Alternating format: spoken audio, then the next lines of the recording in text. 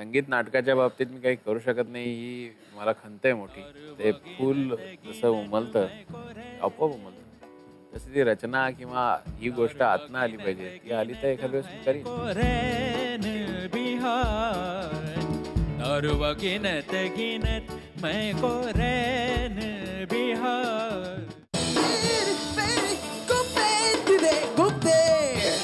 शौनक तुम्हाला विचारतो की हे ओव्हरऑल बघायला गेलं तर ज्या वेळेला जगभर ग्लोबली भारताचं शास्त्रीय संगीत हे खूप वर जात आहे, लोकांची उत्कंठा वाढायला लागलेली आहे, खूप फॉरेनर्स ज्यांची मातृभाषा इथली नाही आहे ते लोक शिकत आहेत, पण त्यावेळेला मात्र वेस्टर्न म्युझिकचा पगडा इथे वाढत चाललेला आहे आणि इथे शास्त्रीय संगीताची बेसिक आवड थोडी कमी होत चालली आहे. हे कुठे खुपतं? ही गोष्ट खुपते, पण गुप्ते साहेब असं आहे की जगाभरात मी बघितलं की जर्मन लोक, फ्रेंच लोक, अमेरिकन लोक, ब्रिटिश लोक ही भारतीय शास्त्रीय संगीत शिकण्याचा त्यातल्या त्यात ध्रुपद सारखा प्रकार जो फार अवघड प्रकार आहे ख्यालाच्या आधीचा तो शिकायचा प्रयत्न करतायत भाषा माहिती नसताना. याचा मी कुठेतरी हे केला ना अभ्यास, तर आपल्या संस्कृतीचा अभ्यास ज्यांचा पाया घट्ट असेल ना त्यांनी दुसऱ्या संस्कृतीचा अभ्यास केला तरी चालतो, त्यांना सोपं पडतं ते करायला. आपल्याकडे ते होत नाहीये की आपलं संगीत जर आपल्याला माहिती असेल आणि मग आपण दुसरे प्रकार ऐकले ना तर त्याचा आनंद जास्त आपण घेऊ शकतो असं मला वाटतं. मी सगळं ऐकतो, मी जॅझ ऐकतो, रॉक ऐकतो, आत्ताचे जे कॉन्टेम्पररी म्युझिक आहे, मी खूप फ्युजन पण करतो. लोकांना उगाच असं वाटत असतं की म्हणजे आपण म्हणतो ना अर्ध्या हळकुंडाने पिवळी झालेली जी माणसं असतात, ज्यांच्या पिढ्यानपिढ्यापासून गाणं आलेलं आहे आणि ज्यांनी आपलं आयुष्य वेचलेलं आहे, त्यांनी इतके नम्र माणूस आहे, पण त्यांनी देखील सांगितलं की फ्युजन हे वेलकम करण्यासारखं आहे. एखादी झलक मी पूर्ण तर दाखवू शकणार नाही, पण थोडासा प्रयत्न करतो काहीतरी दाखवायचा. एखादी बंदिश जी पारंपरिक आहे ती कशी वाटते आणि फ्युजन मध्ये कशी वाटू शकते. क्या बात.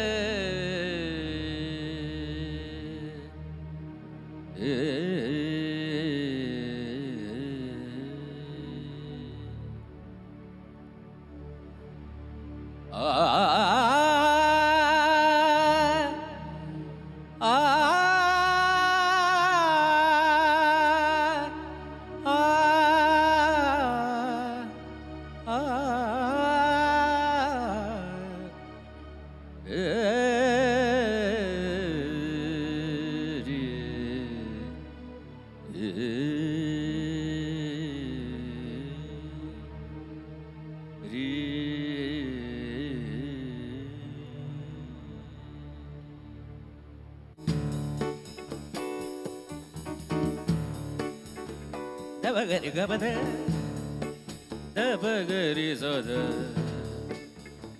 da sorry gari sorry gabada, sada da baga, gabada dari ga, gari dari sada da baga, gabada, sada da bagari so, tar bagina tumai kore, tar bagina tumai kore. तारुवा गिनत गिनत मैं को रैन बिहार. ऐसी प्रीत तुम काहे किनु, ऐसी प्रीत तुम काहे किनु, सुरजनवारे बलमवा प्यारे. तारुवा गिनत गिन मैं को रैन बिहार. तारुवा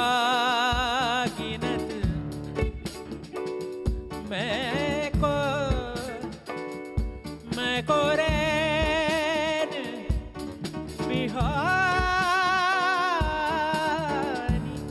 आनी.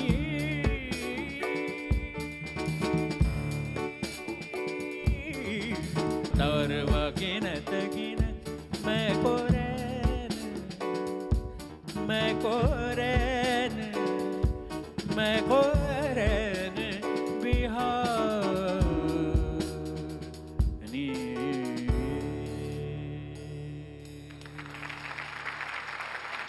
वाह भैया.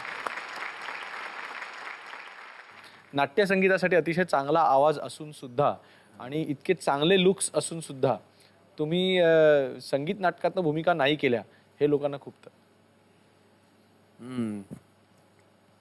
कुठलीही गोष्ट मी उत्स्फूर्तपणे मनाला वाटली म्हणून केली आहे. म्हणजे गाण्यातही पडलोय हे स्वतःला मनापासून विश्वास वाटला म्हणून. संगीत नाटकाच्या बाबतीत मी काही करू शकत नाही ही मला खंत आहे मोठी, की बाबांनी एवढं मोठं काम करून ठेवलंय. पण कुठेतरी ते एक जसं तुम्ही रचनाकारच होता, ते फूल जसं उमलतं आपोआप उमलतं तशी ती रचना किंवा ही गोष्ट आतनं आली पाहिजे. ती आली तर एखाद्या वेळेस मी करीन. पण त्याच वेळेस मला अभिमान आहे की आमच्या पिढीचे आज राहुल देशपांडे किंवा आनंद भाटे ही लोक संगीत नाटकासाठी कार्य करतात. सुबोध भावे करतोय, माझा शिष्य महेश काळे तो करतोय. या गोष्टीचा मला अभिमान आहे. आणि तुम्ही म्हणल्याप्रमाणे बरोबर ते खुपणं मी सहन करतो. नंदेश आणि उदेश ही जोडी सुरुवातीला ज्या वेळेला म्हणजे मंथन किंवा त्याही आधीपासून कार्यक्रमातनं पुढे यायला लागली, महाराष्ट्राची लोकधारा वगैरे असे जे कार्यक्रम होते त्यातनं यायला लागले, त्याच्यानंतर नंदेश उदेशला घेऊन बरोबर पुढे चालला नाही अशी मित्रांची तक्रार आहे.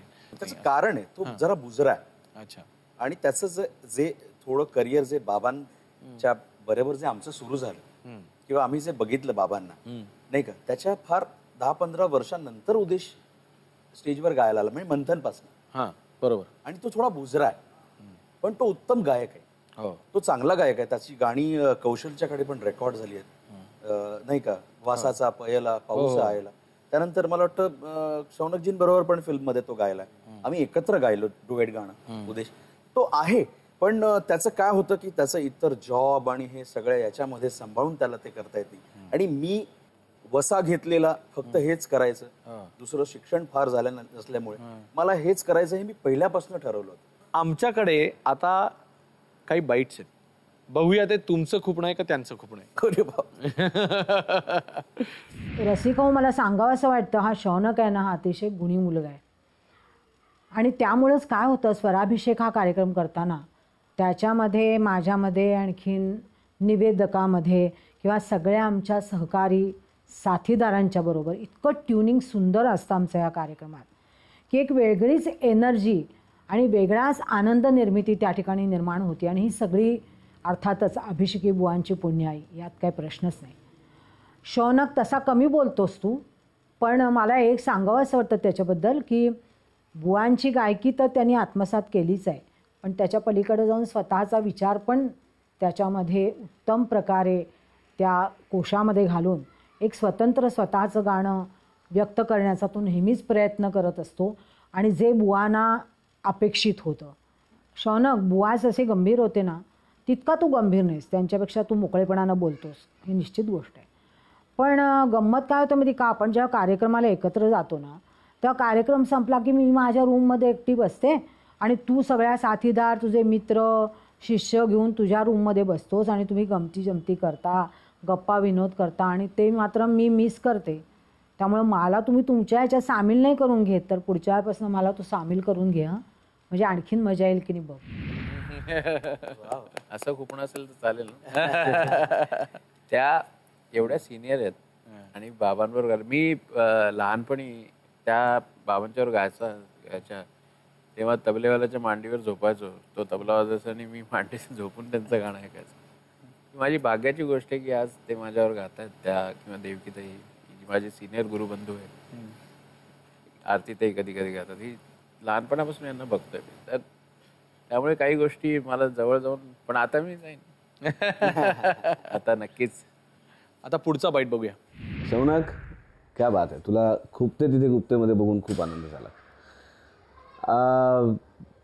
तुझ्या बाबतीत म्हणायचं झालं तर तुमचं सगळं वेगळंच असतं नाही का. मला अजून आठवतं माझ्या एका फिल्मसाठी तू गायला होतास, आम्ही असू लाडकेमध्ये एक प्रार्थना गायला होतास. आणि तेव्हा आपली ओळख नव्हती, पण जेव्हा ती प्रार्थना पहिल्यांदा मी शूटिंगच्या काळात ऐकली तेव्हा मी त्याच्यानंतर किती वेळा ऐकली माझं मलाही माहीत नाही. मला तेव्हाही गाणं कळत नव्हतं, आताही कळतं असं माझा दावा नाही आहे. पण त्या गाण्याने मला मनोमन हलवून टाकलं होतं. मला एकच कळतं कुठल्याही कलाकाराचं, तो किती मनापासून करतो आहे आणि त्याचं मन त्या कलेमध्ये किती आहे ते कळतं. आणि ते जर असेल तर ते तुमच्या हृदयापर्यंत डायरेक्ट पोचतं. तसं मला तुझं प्रत्येक गाणं वाटतं. त्याच्यानंतर झीच्याच एका कार्यक्रमात तू बाबांवरच्या केलेल्या त्याच्यातली बाबांची तू गायलेली गाणी, त्याच्या आधीची ती प्रार्थना. मला असं वाटतं या तुझ्या गाण्यांमधनं तुझी ओळख माझ्या मनात बनत चालली होती आणि त्याच्यानंतर आपण भेटलो, आपली ओळख झाली. मग तू माझ्या घरी आमच्या मंदिरात उत्सवामध्ये तू आलास, एक मैफिल तू केलीस आणि मग आपण मैत्र कार्यक्रम केला. आणि आता तर आपलं नातं असं आहे की मी अभिषेकी म्हटलं तरी काही प्रॉब्लेम नाही किंवा तू भावे आडनाव लावलंस तरी काही प्रॉब्लेम नाही. मी तुला माझा मोठा भाऊ मानतो. तू जे मला ऐकवलं आहेस, तू जे मला शास्त्रीय संगीताबद्दल सांगितलं आहेस, तू जे मला त्या एका अनोख्या प्रवासाला घेऊन निघाला आहेस, त्या सगळ्या गोष्टींसाठी मी कायम तुझा कृतज्ञ राहीन. आणि खूपतं तर जो आपला माणूस असतो त्याच्याबद्दल फारसं कधी काही खूपत नाही, पण तरी मला असं वाटतं की समाजातलं वजन तुझं खूप आहे, तर शारीरिक वजन जर कमी करू शकलास तर फार आवडेल. व्यायाम कर आणि पुढच्या वर्षात मला असं वाटतं की पंडित शौनक अभिषेकी यांना जर आम्ही जीन्स आणि कूल टी शर्ट्समध्ये एका फ्युजन बँडबरोबर गाताना बघितलं तर मला असं वाटतं शौनक तू मेरे सर आंखों पे आ जाए. बहुत. माझं ऋणानुबंध या जन्माचं नाही आहे एवढंच मी सांगतो.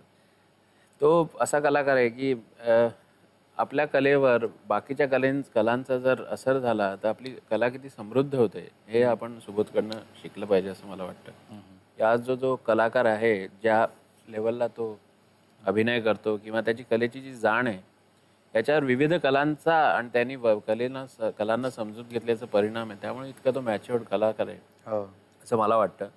आता पुढचा बाईट बघूया. खूप किस्से आठवत आहेत तुझे, पण त्या किस्स्यांमधला एक किस्सा मला सांगायला लागेल की लहान असताना 7-8 वर्षाचा तुझ्या ऑर्केस्ट्रामध्ये गायचास आणि तुझ्या पायाला त्रास व्हायचा. तर मी तसंच तुझ्यासोबत आणि इगतपुरीला आणि बऱ्याच लांब लांब ठिकाणी तुझ्यासोबत असायचो आणि त्याचं गाणं सुरू व्हायचं आणि तुला जो रिस्पॉन्स मिळायचा पब्लिकचा तर बघून फार हैराण व्हायचं. आणि अजूनही तोच तू कित्ता पुढे चालवला आहेस, बोलणं तेवढं कमी आहे आणि अजूनही तू तेच करतो जे बाबांनी केलं तेच पुढे तू चालवत आहेस. सिन्सिअरिटीबद्दल किंवा पैशाबद्दल कुठे मानधन कोणाकडे कमी असतील तर त्याला कसं ॲडजस्ट करायचं, त्याला अडवून धरायचं नाही. त्याचं काम होतं आहे ना, मला पैसे काही मिळत राहतील पण मी त्याचं काम अडवून ठेवणार नाही. आणि असं ते भरपूर तू लोकांना मदत करत आलास आणि याच्या पुढे तेच करत जा की लोक आपल्याला आठवण ठेवतील.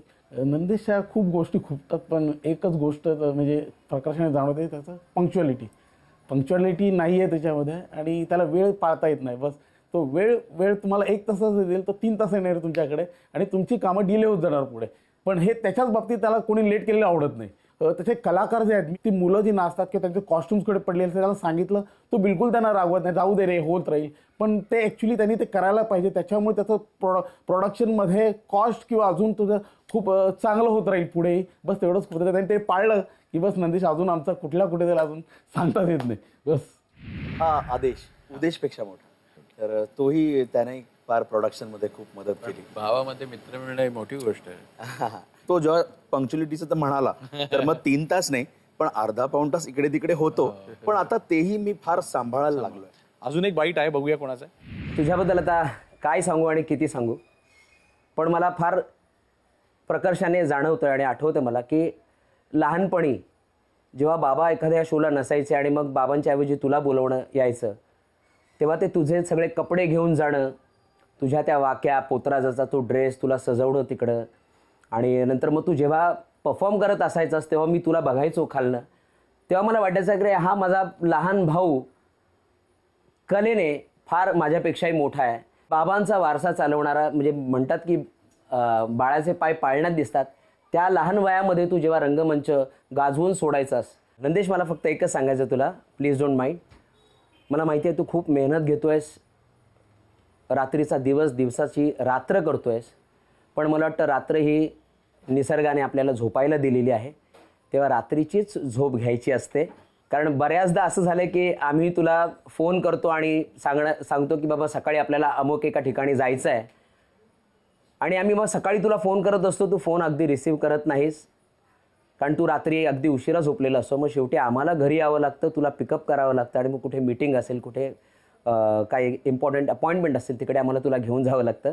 थोडंसं इथे पण लक्ष दे, कारण काय की रात्रीची झोप ही रात्रीचीच असते, त्यामुळे आरोग्य बिघडण्याची थोडीशी धास्ती असते. त्यामुळे मला तुझी धास्ती आहे, हे खुपणं हे चांगलं आहे, तुझ्यासाठी चांगलं आहे म्हणून मी सांगतोय.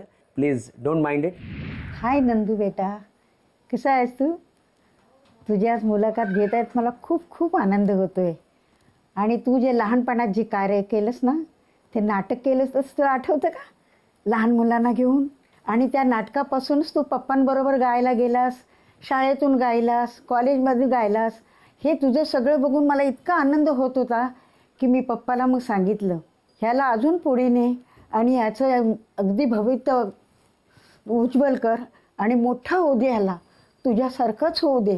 तू ते चंचलचं गाणं गातोस ना, मला इतकं इतकं आनंद होतं की विचारू नकोस. आणि ते चंचलचं गाणं गायलंस ना की लोकांना रडायला येतं रे. आणि त्याचं मोठेपण लोकांना इतकं आवडते की ते विचारू नका. मोठेपण म्हणजे असं की त्याची भूमिका, त्याचा तो आवाज, त्याचं ते वागणूक, त्याची ती बोलण्याची पद्धत ही लोकांच्या मनावर परिणाम करून घेत होती. आणि त्याच्या ह्या परिणामामुळं आज तो इथपर्यंत येऊन पोचला आहे. आणि त्याने आजपर्यंत जे कमवलं आहे ते त्याने याच्याही पुढे असंच कमवत राहावं आणि आपल्या वडिलांचं नाव संबंध जगात करावं, हीच माझी एक आईची इच्छा आहे. त्याचं जे मोठेपण होतं त्याने आत्तापर्यंत टिकून ठेवले आणि तो आणि आता याच्याही पुढे त्याने टिकून ठेवावं आणि सगळ्या लोकांना आपलंसं करावं, भावंडांना आपलंसं करावं. बस एवढीच माझी एक इच्छा आहे. नंदू, तुझं मला एकच खूप आहे, हे बाहेरचं जे जेवतोस ना ते जेवू नकोस हां बाहेर. तू आपलं घरातलं पोटभर खा. आणि ह्या त्या बाहेरच्या खाण्यानी आणि त्या झोपण्यानी मला खूप तुझं हे खूपते. बाबांच्या मागे किंवा आम्हा सगळ्यांच्या मागे ती आहे. कारण असं म्हणतात ना की मला अजूनही आठवतं की मी नंतरचा, पण संगीता किंवा आमचा आदेश त्यांच्या वेळेस बाबा 2-2 महिने दौऱ्यावर, घरी पैसे नाहीत. तर मला ते नेमकं आठवत नाही की कोण पोटाशी होतं आईच्या, पण तेव्हा तिने सुक्का भात खाऊन ते दिवस ढकलले पुढे की बाबा यायचे आणि मग ते नंतर. तर या दोघांचे आशीर्वाद आहेत म्हणून मी आज इथे आहे. आणि ती खूप ते हे नक्कीच मी आता त्याच्याकडे लक्ष दिलंय.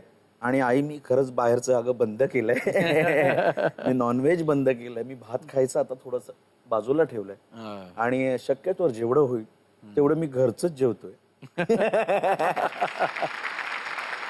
आधी नंदेश पासून सुरुवात करूया. गुरुजी, आवडतं गाणं? झोल झोल झोल झोल झोल करून टाका, शिवाजीराजे मधला पोवाडा. शिवाजीराजे मधला पोवाडा. आयशा. आवडता कार्यक्रम मी मराठी का संगीत का मेला? संगीत का मेला. Very good. आवडता गायक शाहीर साबळे का प्रल्हाद शिंदे? प्रल्हाद शिंदे. सरकारचं लक्ष कशात जास्त आहे, लावणी का कीर्तन? लावणी. कोण चांगला गायक आहे, नंदेश उमप का उदेश उमप? उदेश उमप. शौनकजी, आवडतं संगीत नाटक कट्यार काळजात घुसली का संशय कल्लोळ? कट्यार काळजात घुसली. आवडता शास्त्रीय गायक गायिका अर्थात राहुल देशपांडे का सावनी शेंडे? सावनी, शास्त्रीय गायक. ओके.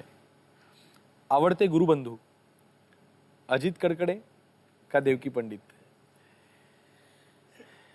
मी अजित कडकडे म्हणेन, कारण देवकीचंही समजून घेईल. आवडता गायक अभिनेता प्रसाद ओक का सुबोध भावे? सुबोध. आणि आवडणारे रसिक मुंबईचे का पुण्याचे? मध्य प्रदेशचे. अरे